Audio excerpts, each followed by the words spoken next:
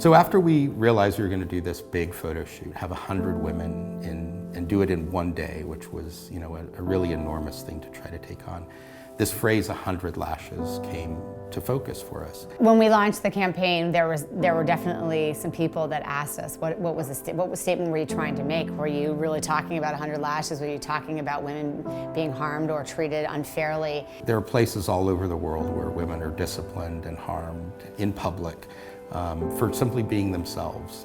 But harm can also be subtle. It can happen through chemicals, it can happen through ingredients, it can happen through information that isn't shared when it should be. It happens through standards that haven't been updated for generations.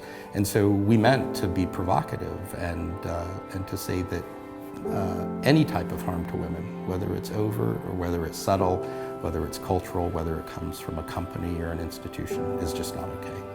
And I think that, as a company that's very pro-women, we do have the opportunity to use product to tell a story that is greater than the story of Beautycounter. And that story does include the fact that women are often put in harm's way, that women aren't always in control of their choices, or they're not allowed to make their own choices. We see this happening on a global level, and it's a topic of conversation that is at the forefront of people who are pro-women today. I think beauty itself is changing. Beauty used to mean wearing a mask, and I don't think it means that anymore. I think it means being yourself.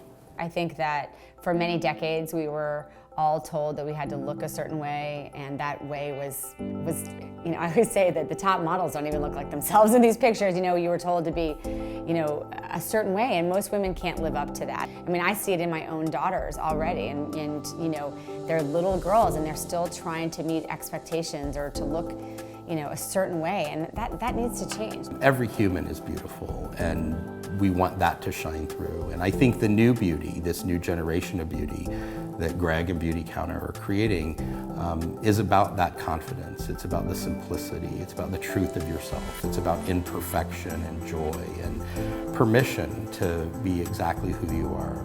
So I think at the end of the day, we wanted to send a message that was beyond product, was beyond Beautycounter, which is really talking about honoring women, empowering women to make their own choices. We believe you deserve better as a woman, and we are trying to lead the way to get you there. The thing that I care about most is people saying that they teared up or they were moved or that we made mascara have meaning, that it touched them. They got it. They got that it wasn't about the product. They got that it wasn't even about 100 women. They got that it was about being beautiful and feeling great from that. We do intend to be bold as a company. Everything that we've done has been disruptive, problem-solving, and innovative. And if we can use our products as part of the way to tell our story or tell that bigger story, then I think it's a good one to tell.